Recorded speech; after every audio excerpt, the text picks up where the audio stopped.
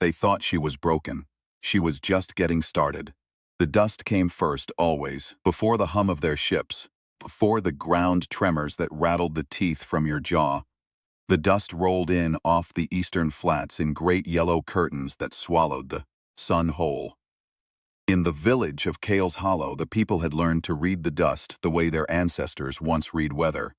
When it came slow and low, you had time. When it came fast and high, you ran. Nobody ran anymore. There was nowhere left to go. The Vareks had seen to that.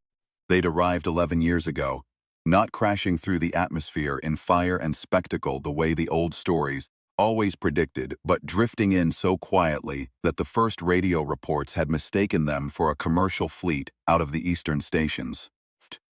By the time anyone understood what they were looking at, the Varek had already seeded the upper atmosphere with their spore clouds, and the slow dying of every communication satellite humanity owned had begun. One by one, the lights went out. Not in an instant. That would have been easier. In a years-long dimming, like watching a bonfire exhaust itself down to coals. The Varek did not want to destroy humanity. That was the terrible part. They wanted to own it. They called themselves administrators. Their language, to the extent that human ears could even process it, a wet resonant clicking beneath sub-bass frequencies, translated imperfectly, through the neural interfaces they distributed like gifts at the beginning. The interfaces looked like earrings, small silver beads, and the people who put them in first were the ones who had been desperate enough to believe in gifts from the sky. The interfaces worked after a fashion. You could understand them, but understanding something and accepting it were different animals entirely, and the Varek had never quite grasped that distinction. In Kale's Hollow, nobody wore the interfaces. They communicated with the Varek's ground representatives through a scavenged translator box that Wataru had built from 2 dead tablets and a car. Stereo, it worked about 60% of the time. The other 40%, the Varek lieutenant they called Tall Pale, on account of his 8-foot chalky frame and the permanent expression of mild disappointment he directed at everything human, simply repeated himself until somebody nodded, which Wataru suspected was not the same as understanding, but which Tall Pale seemed to accept as equivalent. Tribute was due every 3rd moon cycle. Fuel cells, protein stores, functional machinery.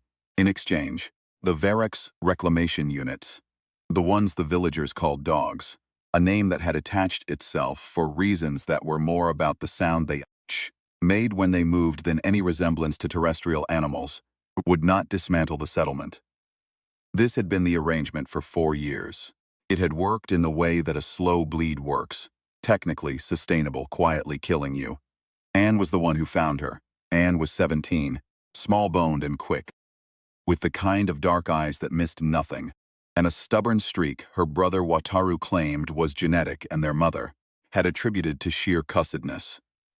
She'd been out past the eastern perimeter wire, doing what everyone in Kale's Hollow did when they had energy to spare, and good reasons to pretend.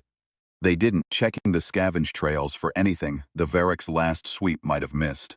The Varek swept methodically, but they swept in straight lines, and humans had learned that the irregular, the accidental, the things that rolled into creek beds or lay half-buried under rockfalls, those things slipped through. She nearly walked past the crater. It was shallow, only about a meter deep, clearly old. Maybe a week of exposure, maybe more. Whatever had come down here had come down at an angle, cutting a long scar through the dry soil rather than punching straight down, which was why there was no obvious debris field, no scatter pattern, nothing to draw the eye from a distance. Anne would not have stopped at all except that the dust at the crater's rim had a faint iridescent quality, in the early light, like oil on water. And Anne had been trained since childhood to notice things that didn't belong. She slid down the rim, and that was when she saw the suit. It was armor, or it had been. Carbon fiber composite over a frame she couldn't identify. Panels of something that looked like ceramic, but rang like metal when she tapped it. All of it fitted so precisely to the body it enclosed that it took Anne a full 4 seconds to understand that there was a person inside. The suit's surface was scratched and scored in dozens of places. One pauldron sheared completely away. The left gauntlet cracked from palm to wrist joint. Scorch marks, impact craters, This armor had been through something terrible. The person inside was breathing. Anne ran back to the village, so fast she split the heel of her boot on a rock and didn't feel it until she stopped. They carried her out on a stretcher, improvised from 2 fence posts and a door. Wataru refused to help at first, refused loudly, specific reference to the 13 ways this could end them all. And then helped anyway, which was the most Wataru thing possible. He was 23, thin as wire, with hands that could fix anything and a brain that cataloged every possible failure mode of every possible situation before committing to any action. He was also, underneath the caution, constitutionally incapable of leaving a breathing person in a dirt crater. They got her back to the supply barn that doubled as the village's infirmary and laid her on the only surface wide enough, the grain table. Elder Sohn, who was 60, built like a man who'd spent 40 years arguing with gravity, and who kept the village's scant written records in a chest under his bed, stood at the table's edge and stared at the suit for a very long time, without speaking. Then he went to the chest and came back with the folded document. 3 generations back, he said. My grandmother wrote this down. He opened it carefully. The paper was fragile, the writing cramped and faded. There is an account, a woman in iron armor. She came to a settlement called Duskfield when the Varrock had taken it almost to the point of collapse. She fought their dogs. She drove them out. He paused. Duskfield survived another 9 years before a flood took the eastern wall. Wataru said, That's a story. Most useful things start as stories, Elder Sohn said. The woman in the suit opened her eyes on the second day. They were dark, her eyes. Not the blank dark of someone still coming back from wherever she'd been, but the sharp-edged dark of someone who'd already assessed the room, cataloged exits, registered every face, and was now deciding how much to give away. She lay still and let them look at her for a moment, a courtesy. Wataru would realize later, the practiced patience of someone who understood that sudden movement around frightened people was a poor opening move. Can you hear me? Anne asked, a pause. Then carefully, in a voice rough from disuse. Yes, do you know where you are? A longer pause. She was choosing what to say or discovering she didn't know, or both. No, you're in Kale's Hollow, you're safe. More or less. The woman's eyes moved to the cracked ceiling, then back to Anne. Something in her expression shifted. Not softening exactly, more like a decision settling into place. What do they take from you? She asked. Anne blinked. The Varrock.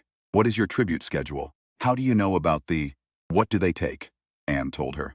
The fuel cells, the protein stores, the machinery. The woman listened without interrupting. When Anne finished, she was quiet again for a moment. When is the next collection? 12 days. Good. She sat up. The effort cost her something. Wataru saw it in the set of her jaw, the controlled exhale. But she moved without wavering once she was upright. The suit moved with her, its damaged panels reconfiguring slightly, and for the first time Wataru understood that the armor wasn't something she was wearing over herself. It was more continuous than that. It was more her. I need to assess the suit's status, she said. And I need to understand your perimeter. Can you show me both? Name. She said this flatly, without apology, early on the 3rd day, was not something she had access to. She remembered fragments. Facility with white walls, a smell like antiseptic and burnt wire, voices in a language she understood, but that wasn't her first language, and then a long darkness that might have been transit, or might have been something else. She remembered fighting. She didn't remember who she'd been before the fighting. She said all of this the way you'd describe a recurring dream, with the detached practicality of someone who had already made peace with the uncertainty. Wataru told her she could call herself whatever she wanted. She considered this for a moment. Iron, she said, not as a name, as a fact about what she was made of. Iron, Anne repeated, and that was that. What iron turned out to be, once she was mobile, and once Wataru had spent 2 evenings accessing what diagnostics her suit would share with him, extraordinary in ways that defied simple explanation. The suit's composite panels were self-repairing at a cellular level. Slowly. The damage he'd cataloged was already lesser than it had been. The carbon fiber weave knitting itself back together at the molecular scale. The actuators in the joints provided force multiplication somewhere in the range of 20 to 30 times baseline human strength. The sensory package in the helmet, which she rarely wore, keeping it retracted unless she was moving to engage something. Gave her perceptual range, at least 4 times what a human eye could manage. She could hear the Varric's ground vehicles coming before anyone in the village even registered dust. She could also be hurt. Wataru established this early when he noticed she was favoring her left side and asked about it, and she said, with the direct simplicity that was becoming characteristic, 3 cracked ribs. They'll heal. He'd asked how long, and she'd said, faster than you'd expect. She wasn't boasting. She was giving him data. She walked the perimeter on the 4th day. Anne went with her. Iron moved through the settlement's edge, with a kind of absorbed attention that made Anne think of water finding its level. Unhurried but inevitable, missing nothing. She stopped at the eastern fence line and studied the flats for a long time. You have clear sight lines to about 800 meters, she said. Then the terrain breaks up. The Varric dogs will use that broken terrain for staging. When they come, for the collection, for enforcement, they come from the east. Usually. How many? 6 to 10. Depends on how much they're taking. Are they armed with standard reclamation units? The compact ones, about this high. She held her hand at chest height. That move on 3 limbs? Yes. Anne paused. You know what they look like. I fought them. Did you win? A slight pause. Something in the quality of her silence had already started to feel communicative to Anne. Different lengths of quiet meant different things. This one meant, that's a complicated question. I survived, Iron said. On the 5th day, 3 of the crazy dogs showed up early. They weren't supposed to. The collection wasn't due for another 7 days, and the dogs. The Varric's reclamation units were officially designated something in their own language, a sound that translated loosely as restoration of order, which the village had shortened to dogs, with a contempt that was the last available luxury, didn't freelance. They operated on schedule. The fact that 3 of them had skittered into Kale's Hollow at high noon, moving in their characteristic stuttering 3-limbed get across the main square, was an aberration, and aberrations were never good. Wataru found Iron in the supply barn working on a section of her gauntlet. He told her what was happening, and she didn't ask questions. She pulled the damaged gauntlet on, flexed it twice, and walked out. The 3 dogs had gathered in the square around Old Son, was standing his ground with the particular stubbornness of a man who had decided some time ago that dignity cost nothing and fear cost. They were vocalizing at him in their sub-bass clicking, and Son was not moving. Iron walked into the square and stopped 20 feet from the dogs. They registered her immediately. All 3 of their primary sensory clusters, the distributed eye analogs that ringed their upper bodies, oriented on her. She stood with her hands loose at her sides and looked back at them. One of the dogs produced the clicking pattern that the translator box identified as a variant of identify. Iron said nothing. The dog repeated it. Iron said in a clear voice directed at the square at large, not at the dogs. Go inside. All of you now. The villagers moved. It wasn't panic. It was the controlled quick movement of people who had learned to read the air. 30 seconds the square was empty except for Iron Old Son, who had not moved, and the 3 dogs. Son, Iron said, taking her eyes off the dogs. I'm not going inside, Son said. I didn't ask you to, she said. Stay behind me. He moved behind her. She advanced 10 feet toward the dogs. The lead dog, identifiable by the slightly larger size of its central limb housing, made a rapid sequence of clicks that the translator box would later render as something. Approximately meaning this territory is under administrative claim and unauthorized. Patents are subject to immediate reclamation. The other 2 dogs spread laterally. Iron's helmet snapped up from its retracted position and sealed around her head in one fluid motion. The lead dog launched. What happened next was quick, which people later struggled to describe, because quick is a relative term, and what Iron moved like was not relative to anything they'd seen a human being do. She stepped left off the dog's line of attack, caught its extending primary limb at the joint with both hands, and used its own momentum to pivot it hard into the ground. The sound of Varric composite striking packed earth was substantial. The dog tried to recover. They were fast, their recovery systems excellent, and she planted a knee on its central housing and held it there with a leverage that the suit made possible, and that no human muscle alone could have managed. The other two dogs converged. She released the first one and moved. Not retreating, moving, which was different. She put herself between them and the barn wall so they couldn't flank her. And she moved like someone who had fought this kind of opponent before, who had cataloged their attack patterns and their recovery sequences, and their decision latency. She knew where they'd be before they were there. 4 minutes. At the end of it, two dogs were non-functional. She'd targeted their sensory clusters specifically, methodically, with the precision of someone who'd studied the anatomy, and the third was mobile but retreating, the half-staggered retreat of a system whose higher-order decision processes had concluded that continued engagement was suboptimal. Iron watched it go. Then she retracted her helmet. Her hands were shaking, slightly. Anne, who had ignored the instruction to go inside and was watching from the barn doorway, was probably the only person who saw it. "They'll send more," Otru said from the other doorway. "Yes," Iron said. "How many more?" "Enough that we need to start training." The next 7 days were something Kale's Hollow had not experienced in years. Purpose. Not the grim purpose of rationing and calculation and survival arithmetic, but the sharp-edged purpose of preparation, which is a different animal entirely, because it is aimed at something ahead of you, rather than something closing in. Iron worked them hard, not cruelly. She had a practicality about physical limitation that was almost gentle in its precision, pushing each person to the edge of what they could actually do, rather than what she wanted them to do. But without softness. She taught them the dog's attack patterns. The lateral flanking preference, the high ground bias, 2-second recovery lag after a primary limb extension. She showed them where the sensory clusters were and how to approach from the angles the clusters covered least well. She drilled the older fighters on the two-person techniques that made a human being, something a dog's targeting had more difficulty processing because the Varrock had apparently never modeled humans fighting cooperatively at close range as a preferred tactic.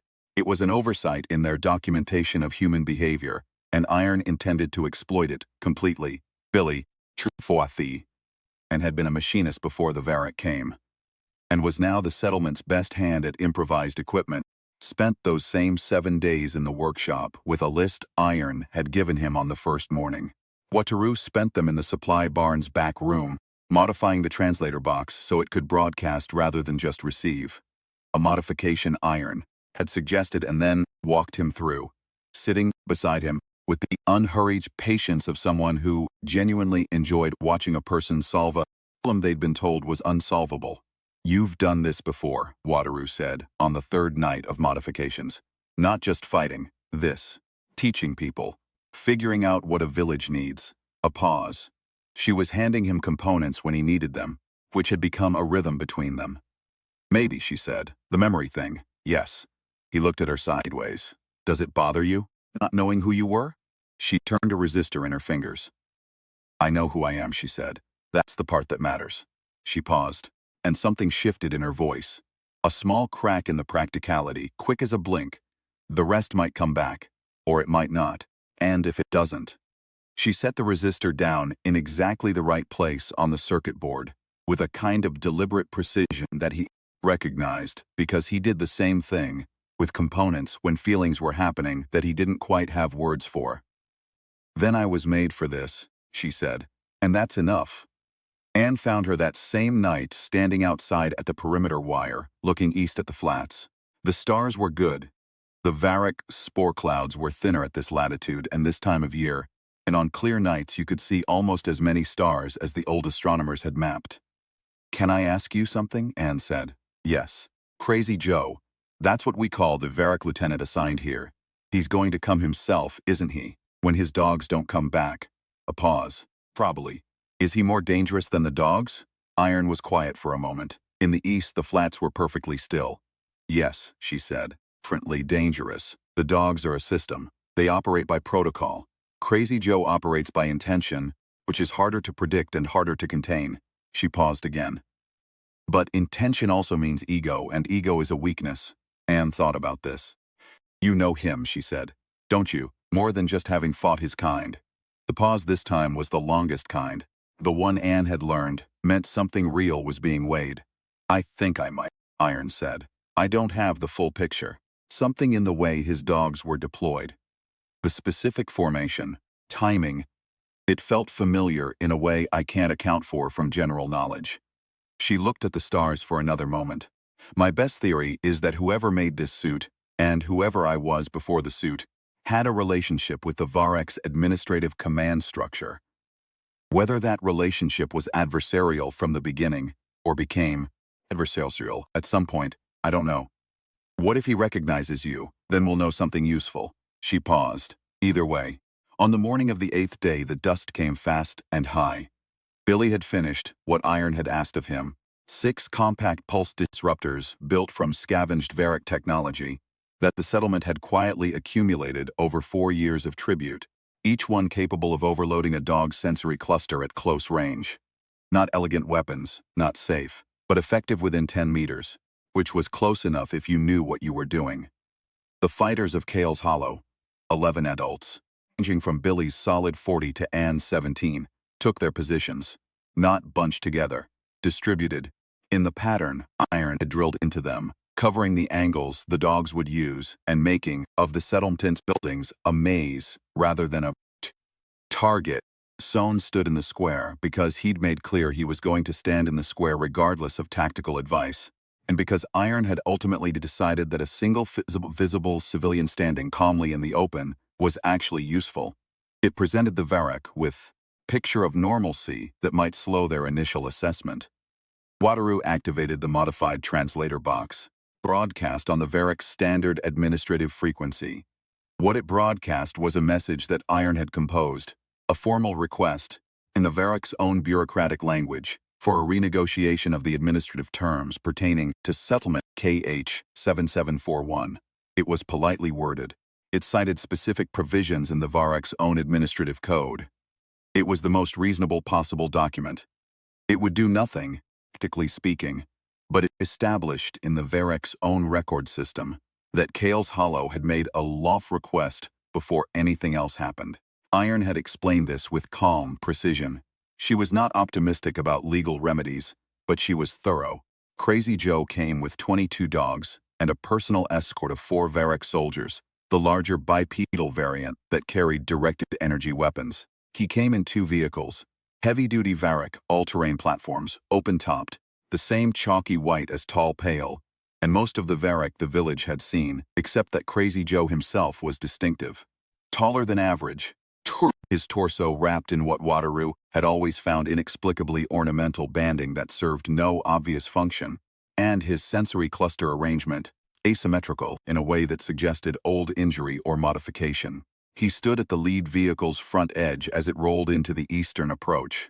And there was no better word for it, looking around, which was atypical for Varric, in administrative mode, who generally attended to settlement approaches as data collection, not observation.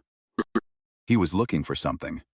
Iron was on the supply barn roof when the vehicles appeared. She watched through her helmet's full sensory range as the convoy rolled in, and for the first time in 8 days Wataru, who was watching her from below, saw her go still in a different way. Not the stillness of assessment, but the stillness of recognition. She came down from the roof. She walked into the square and stood beside Old Sohn and waited. The lead vehicle stopped. Crazy Joe looked at her for a long moment.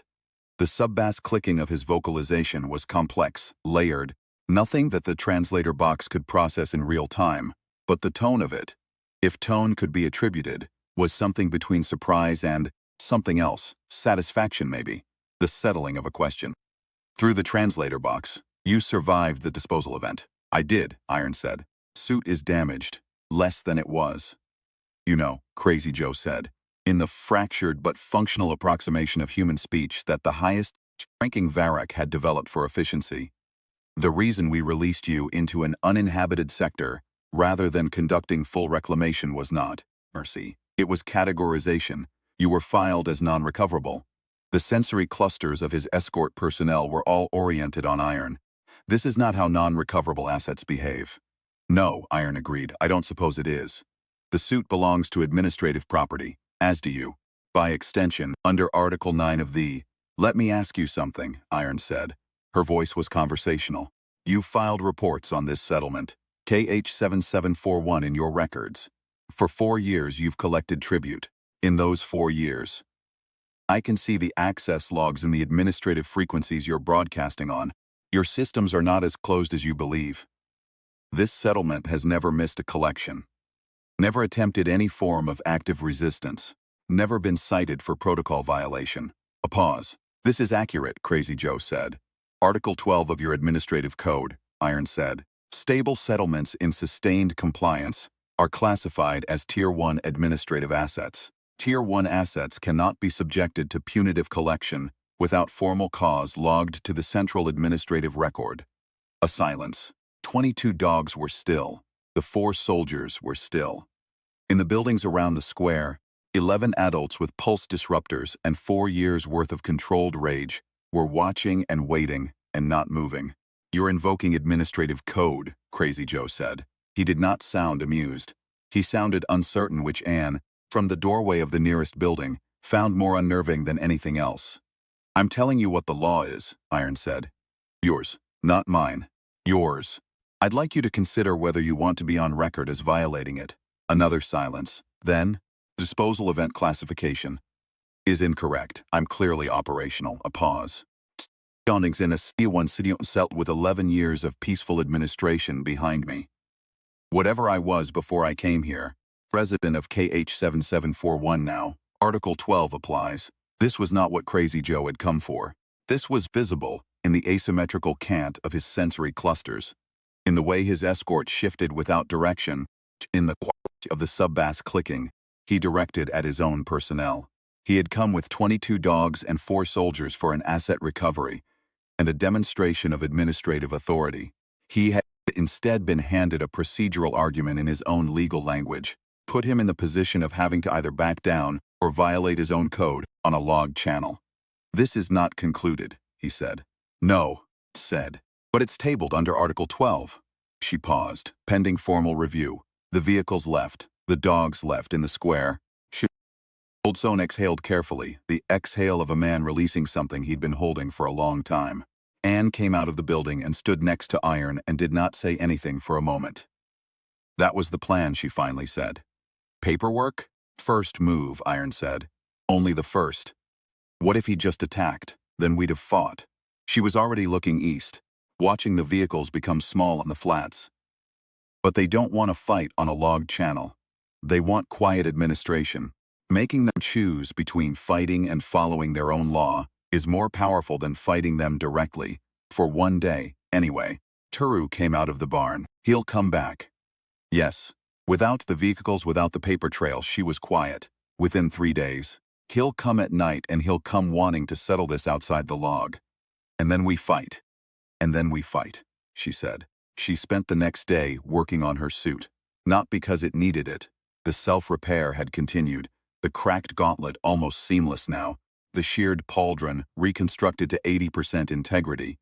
But because working on the suit was also how she worked on other things, and she had other things to work on. She remembered more now. It was coming back in pieces, non-linearly the way dreams do.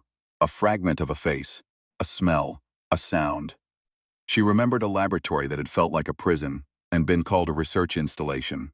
People in gray clothes who treated her with the careful consideration. You give a tool you're worried about damaging. She remembered being told, repeatedly, patiently, in the tone of someone managing an asset, that she was the most significant development in human, military technology in a decade, and that her value was directly proportional to her reliability. And that reliability meant doing what she was directed to do and going where she was directed to go. She remembered deciding that reliability, defined that way, was not a value she intended to hold. She didn't remember what had happened after that decision, but she was here, and the suit was here, and the suit was hers in a way that the people in gray clothes had apparently not anticipated, because, if they'd anticipated it, they wouldn't have let her go anywhere with it. She suspected the disposal event had been someone's attempt at a solution. She hoped quietly that they were having a bad year. They came on the second night, not the third. Crazy Joe had been quicker than she'd estimated, which updated her model of him. Faster decision cycle than typical administrative Varek. More autonomy, more personal motivation. He came with 6 soldiers, the large bipedal variant, and no dogs, which was interesting. Dogs were logged. Soldiers on a personal assignment were not. Iron was already outside when they crossed the perimeter wire. She'd been sitting against the barn wall in the dark, which she decided was more comfortable than lying in the infirmary listening to the suits' diagnostic routines run. She let them get 20 meters inside the wire before she stood up. "Joe," she said, "you're early." He stopped. The 6 soldiers deployed laterally.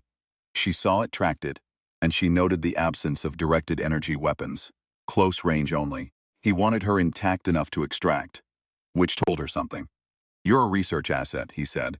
That was a statement, not a question. Property of Administrative Science Division. Project Meridian. File number. "I don't care about the file number," she said. "The suit contains 12 years of development. The biological integration component alone represents." "I know what I represent," Iron said. To them. A pause. "That's not the question." The soldiers moved. She moved first. The next 3 minutes were the reason Wataru, Anne, and Billy, who had all, like Anne 8 days ago, ignored the instruction to stay inside, could not describe what they saw with precision. It wasn't that it was too fast to follow. It was that it was too complete. Iron moved through those 6 soldiers like a proof being worked out, each step the necessary consequence of the previous one. No wasted movement, no hesitation. Reading their attack before it fully committed and responding to where they were going to be rather than where they were. Pulse disruptors weren't needed. Neither was anybody else. 4 soldiers non-functional, 2 retreating. Crazy Joe had not moved. He stood in the same position, watching, and something in the stillness of him was more interesting to Iron than what the soldiers were doing, because it was the stillness of a being who was thinking rather than calculating. "You're not going to run," she said. "No," he said. "Why?" A pause. "Because I think I understand something now." He tilted his head. The Varric equivalent of a complex gesture. A full-body thing filtered down to what was legible. "When we found the suit's design documentation in the Project Meridian files, we did find those files, you should know. There was a section we could not fully interpret. It described the suit's primary operator requirement, not technical specifications. Something else. The word our translation returned was." He paused. "Will. The suit requires a specific quality of will in the operator, not strength, not obedience. Will." Iron said nothing. "We classified it as organic interface compatibility language," Crazy Joe said. "Biological jargon, irrelevant." Another pause. "I think we were wrong." "Yes," Iron said, "you were. You understand what the suit is because you chose it," he said, "not because it was given to you." "That's close," she said. "But not quite right." She walked toward him. The suit was running clean. All diagnostics nominal. The self-repair complete in everything that mattered. She stopped 6 feet from him.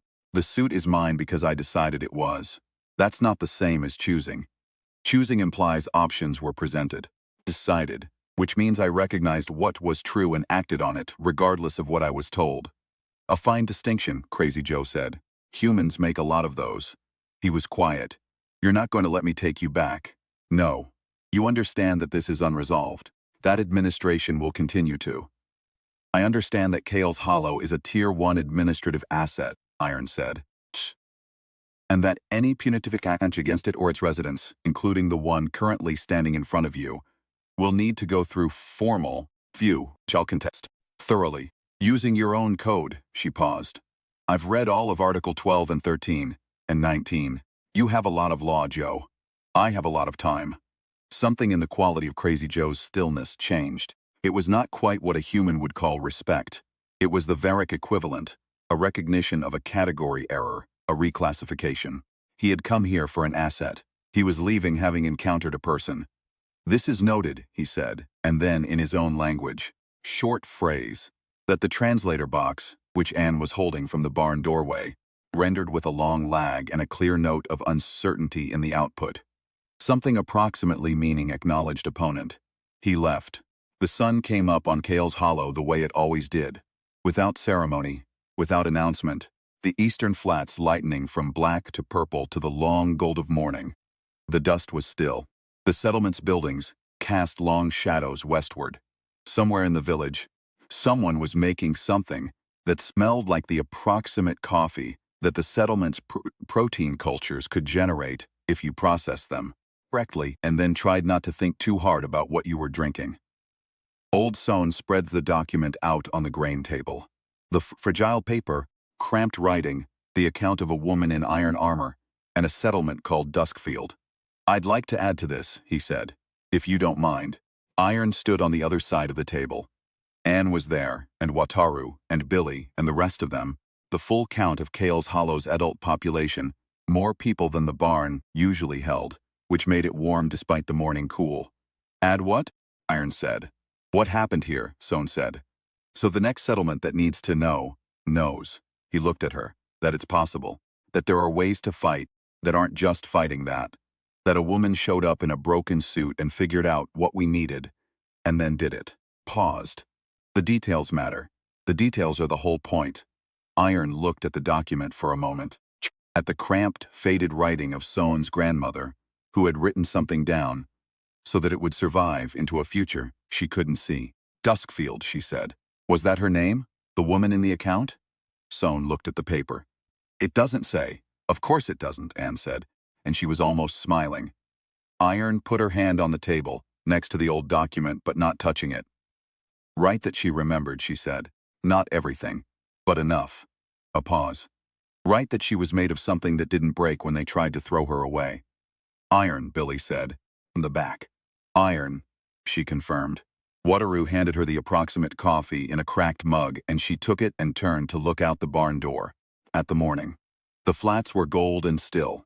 Somewhere out there, the Varrock administrative machinery was processing a formal objection, cataloging an acknowledged opponent, recalibrating a model of human behavior that had not accounted for this specific variable. A woman who had lost everything she remembered about herself and had decided, without any particular drama, that what she was now would be more than sufficient.